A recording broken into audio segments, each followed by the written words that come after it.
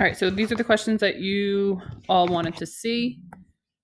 So I'm going to do those now, and then just make sure you go in and change your answers if you need to change them, or, whatever.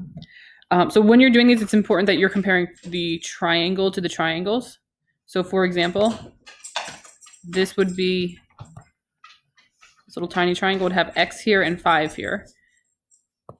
And then this triangle has 8 here. And then this entire side is 11. So you're going to do, you could do X to 5 and 8 to 11. You could also do X to 8 and 5 to 11. Either way, it won't matter. This is 40 and then equals 11x.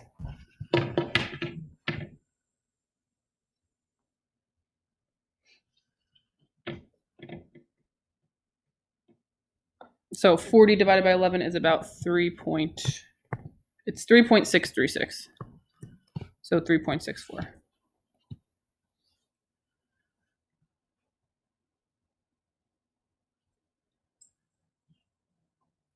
With this one, you can just go right across. So you could do X to X plus 4 and 8 to 12. If you wanted to, you could do X to 8 and X plus 4 to 12. You just cannot do this. You can't compare diagonally. When you do this, you get 12 X's, and over here you get 8 X's plus 8 4s. I would move the 8 over, so you get 32 equals 4x, and then x equals 8. Same thing with this one, you can just go right across, or you can go from side to side.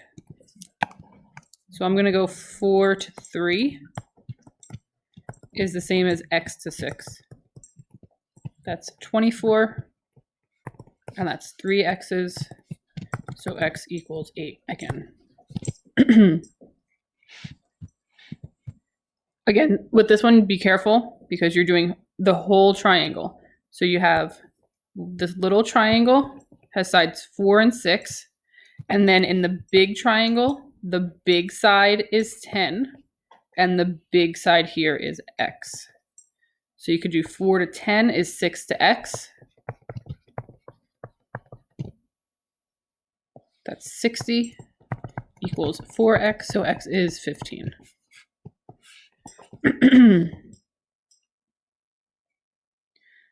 This one you have to get x and y. X is under here. I don't know why this is here. So let's just find x first. X goes with 6. And then 8 goes with 10. So for that one, I just went across.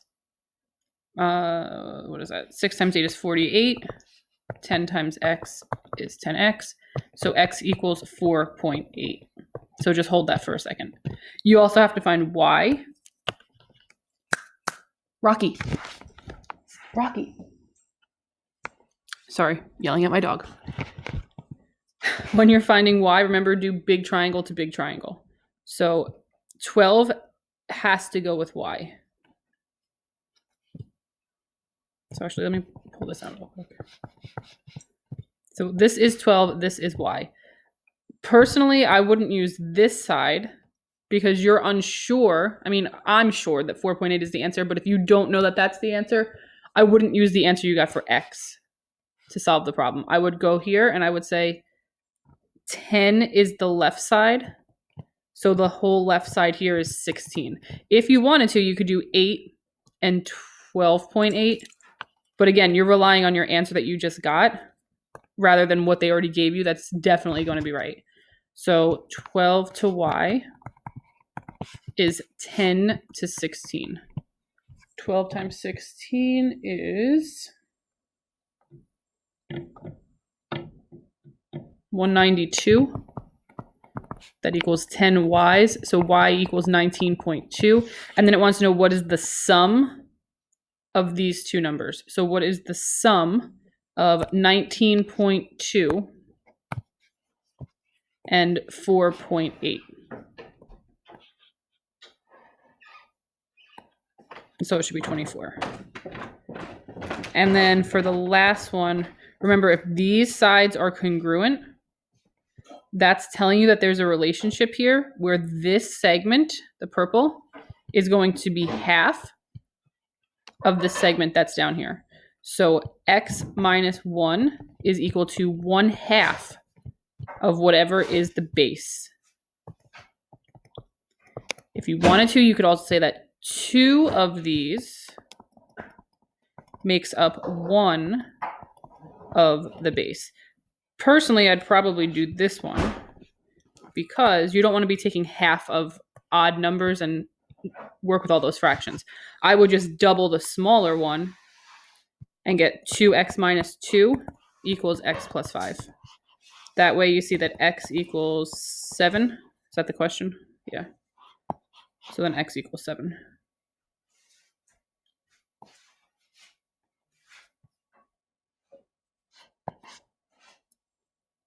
All right, hope that answered any questions. If you forgot to submit your question number, or if there's a question that you still have, please let me know in the comments on the original post and I'll do it for you guys.